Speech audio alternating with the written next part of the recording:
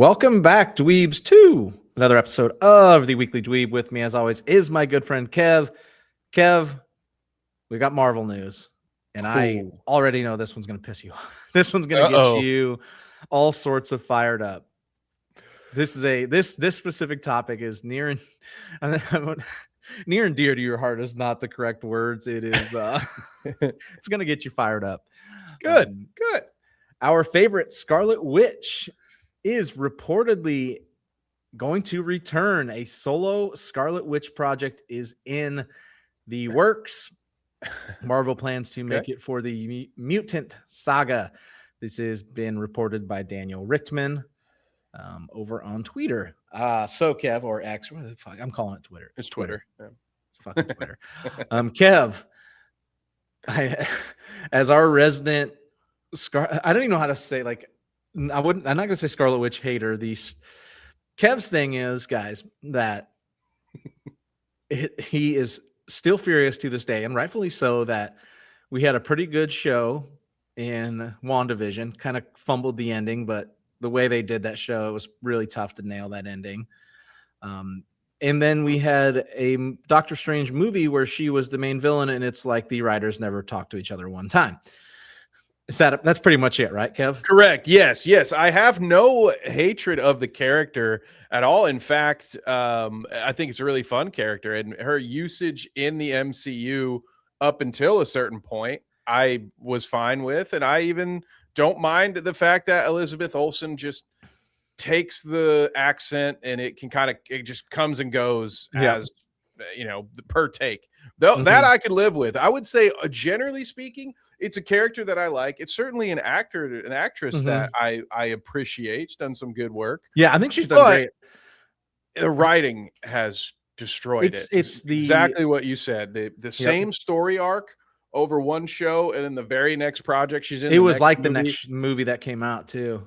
Also, yeah, that's true. And the fact that, and some of that might have been impacted by COVID and stuff like that. So the release dates, I will definitely give a little grace to. But what we found out over time, and what James is likely referencing to, was the rant that I went on when we found out that it was part of Marvel's practice to not have these decorators talk to each other so that they would know what their character was getting into. That's the part that I find to be completely unreasonable and very stupid. So I look forward to this solo Scarlet Witch movie where, let me guess, James, she is going to deal with the loss of a loved one and come to terms with the fact that her make-believe children are not here, and she'll learn what true motherhood means, right? Something like that is, I mean, you might as well do it a third time.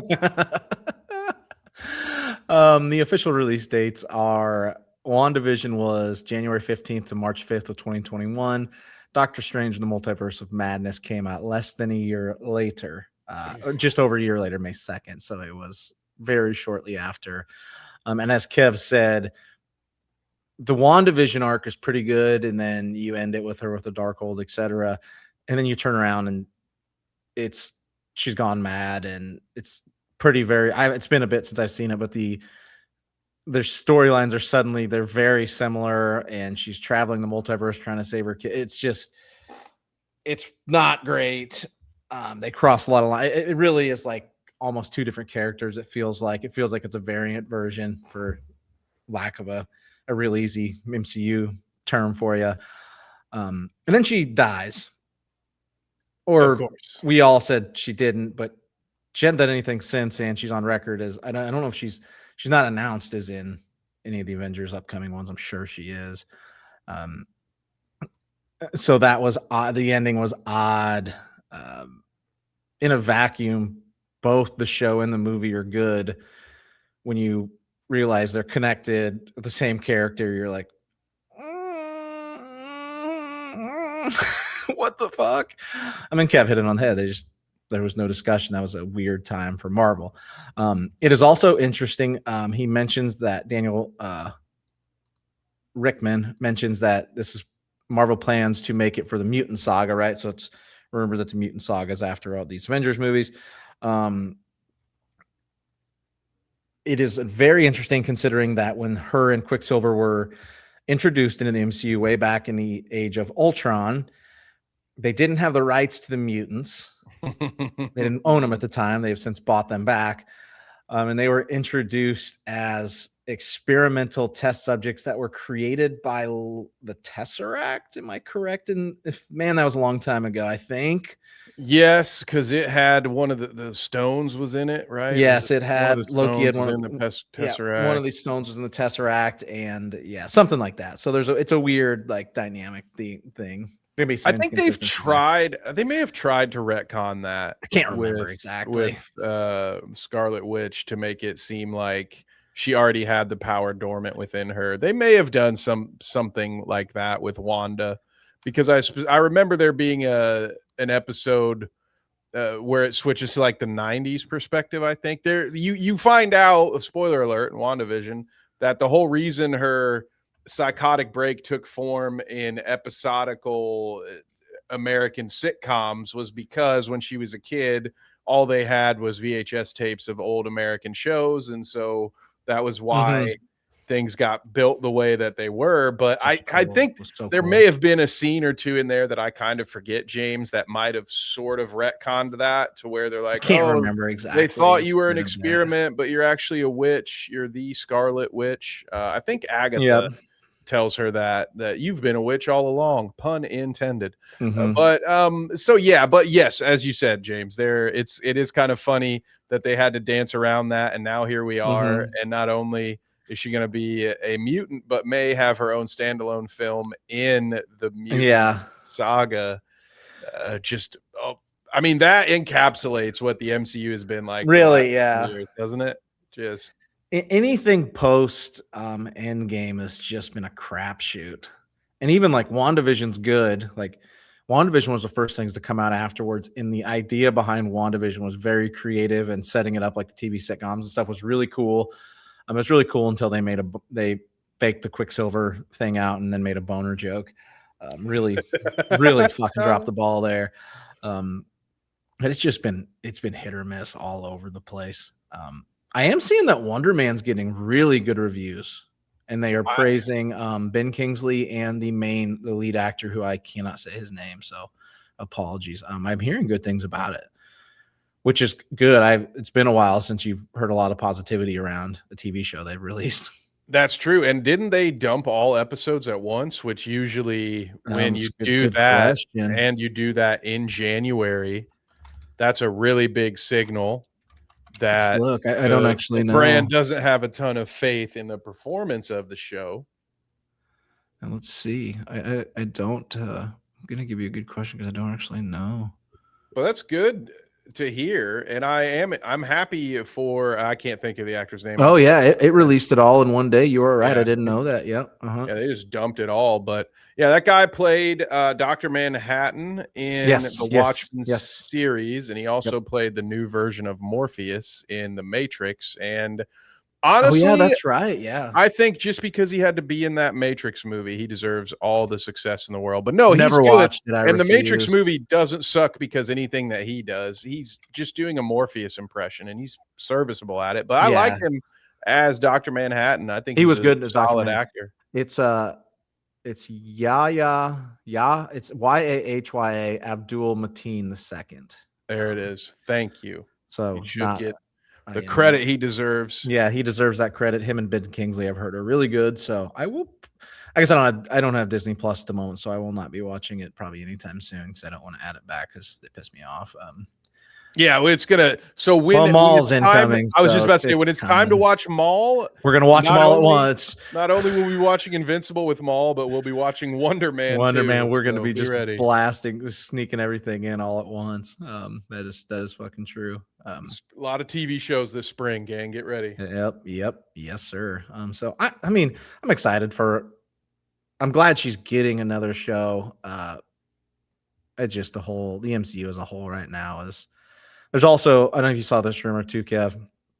The Avengers Secret Wars movie, which Secret Wars is a massive comic, right? Like to do it in one movie, probably can't. Well, the rumors are it could be split into two parts, but it's going to be based on how successful Doomsday is. Seems not ideal that you're going to base the basis of the movie is we will only make 2 of these if the first one kills it at the box office. Seems from a creative perspective that's not smart. Yeah, and if it fails, we'll cram that story all into one and make it an even worse movie for some reason. Very interesting, you know. Secret Wars should probably like be its own saga. Like that would be if they really wanted to tell the story. How cool would that be if the next thing, like the Infinity Saga, whatever the next saga is, like would be the Secret Wars? Like that'd be awesome, and you get to see every different faction. That'd be fucking fun. Well, especially with something like Secret Wars, because so much of it would be about like the mystery of it. You know, you could lay the groundwork over time and just have there be sections of each movie. Now that would be incredibly difficult, but for me, it's just at this point, they've done about all they can do without trying to adapt that part of the comic book storytelling method, which would be to maybe why don't you try to make a saga where all the stories really are connected as opposed to just trying to condense these stories? Like maybe just let them live a little bit and God forbid don't kill Gore the Godbusher in one movie. Thank you. That was the 100% the example I'm thinking of. But you know, God forbid you have a plan for where you want your story to go. Yeah. They haven't they've not had a plan since the beginning, like since the Infinity Saga. I've felt like this is the first comment on the article or the Twitter post about it possibly being 2 movies. The comment is Secret Wars is way too big to be told in one film. If they try, it will end up rushed and messy. 2 parts is the only way, I think. And then this is literally all the like factions and locations and etc. of people. Like there's 41 on there. Like there's number 7 here is Spider Island. How fun is that? Right. Just Spider Island movie. Give us like you could bring those 3 back and then all of a sudden you fucking bring a bunch of fucking rant. Like it'd be there's a lot of fun. There's like the Thor corpse and shit like that. It's instead they're probably I'm now I've talked myself. Now I'm mad because like I want this to be a saga and let's have some fun there. That's really I think what it should have been, because then you could have done this whole interconnected storytelling, what they've wanted this whole time, where they wanted to make the TV shows required viewing in order to enjoy the movies. So therefore you're consuming more of the content. If you do that with a story that is well known, well liked, and people know like, oh, okay, there's a reason for this all to be tied in. And it's not just like, oh, you have to watch this, even though it's kind of its own tangent thing over here, but you have to watch it because there might be a cameo later. We might pull to that. I feel like that was one of the things that turned me off to the shows, on top of just the frequency at which they were producing them and their clear care or lack thereof for quality in the product. But to me, I feel like that would be the way to do it, is say, oh yeah, we're going to have sagas now. We kind of tripped into one when it was Thanos, but like in a roundabout way, they did a little bit of that for the Infinity Saga. Like they did give us little bits of Thanos over time. To me, I think that would be the way to do it, but I don't see it happening just because of how quickly. I mean, we were already rushing to Doom. I understand the whole. We've literally not been introduced to Doom, and he's just going to have 2 movies, and that's going to be it. Like we're going to get Doomsday, and then all of a sudden Secret Wars, and that's it. Like it's over. Yeah, like he's your next big bad because you've botched Kang, which not completely their fault, but he wasn't going great anyway. I mean, not completely their fault, but they had the built-in metric. I will say this, James. It is their fault because they got him killed by ants. The like what happened like for Jonathan Majors to get, he got what he deserved, right? But the stories they were trending really bad. He got a hell of an introduction in Loki and it went south from there. And there's never been a more replaceable character when it comes to forgiving a recast than a character where at the very end of his own movie, we were shown an arena, a comic book accurate arena that had multiple different variants, including some not that just were multiple, like and thousands, had green skin. Yeah. So if there was ever a time to say, hey, we're just going to cast somebody else that can really act and then just have him be Kang. Like, it would have been the most forgivable and easy to make change. Easy. It would have been way easier than Terrence Howard to Don Cheadle, and it probably would have been nobody's easier nothing to stop that. Yeah, nobody got that mad about that. And when they put Harrison Ford in as Thunderbolt Ross, they made one joke about the mustache not polling well, and then boom, there it is. Like, how hard would it have been in a show where in Loki you've already messed with the time stream, and then again you had this Kang get thrown in, defeated by ants? What would it have hurt to just recast the character and still, or just have another one? Yeah, you recast him, have another one take over, and there it is. I think he, while like you said, was rightfully let go and deserved what came to him. He was used as a scapegoat. Get out for bad storytelling of a bad situation. Yes, exactly. With the storytelling, where they're saying, "Oh shit, we kind of screwed this up. The actor's got himself in trouble. Let's just burn it all." And and they've not, let's do the Doom thing. Complete mess, and then 180 to this, and Now I've never really thought about like you could. I've never really thought about like that. You really could have. You could have. It would have been so fucking easy. It was baked in. It's such an easy one. Change him to Rama Tut or anybody else. Like fucking just another actor comes in and like, well, we're fucking done. That version. He got killed by, like, you literally can crack an ant joke. Like, he couldn't even beat ants. Like, he ain't the fucking leader of us. Boom, move on. Yeah, you really thought that was the strongest? And again, with time loops and time travel and Kang, the very nature of his character made it like it would have been one of the easiest situations to write yourself out of with a quick recast. And they decided instead to rush whatever this is going to be. And now it's every actor that's ever worked in the movies, how many millions of dollars to bring them back for their 10 seconds. Yeah. It's going to, I have very little faith for when it comes to Doomsday, guys. I'm going to tell you that right now. I'm hoping to be surprised, but at this point, we almost need Marvel to go under again so that Disney will sell all the rights, and then we'll once again have these stories in the hands of people who give a shit. We can try again. Yeah. Milk your nostalgia gland for every ounce it's got. Fucking stupid, man. So excited for Scarlett Witch to get her own series. Who knows? But very happy for the X-Men. Yeah. Very happy for the X-Men. Who knows what this series, the MCU is going to look like at that point, and if it will falter or make it or not. Who knows? Who's to say? So thank you guys for joining us this week. This has been the Weekly Dweeb. Please like, subscribe, and share as we work our way to 200 subscribers. Kev, where else can they find you outside of here, buddy?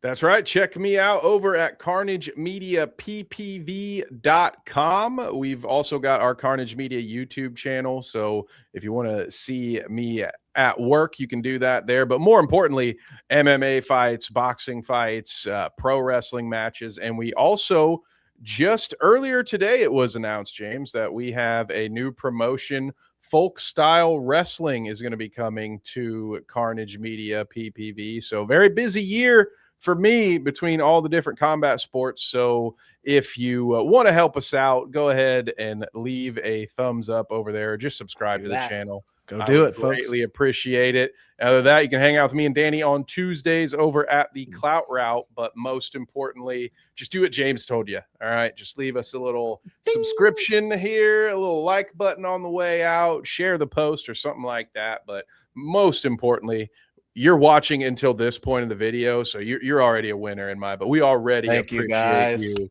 because you've been here for 20 minutes. Yeah, for our dealing with our tomfoolery. So thank you guys for joining us. This has been the Weekly Dweeb. Until next time.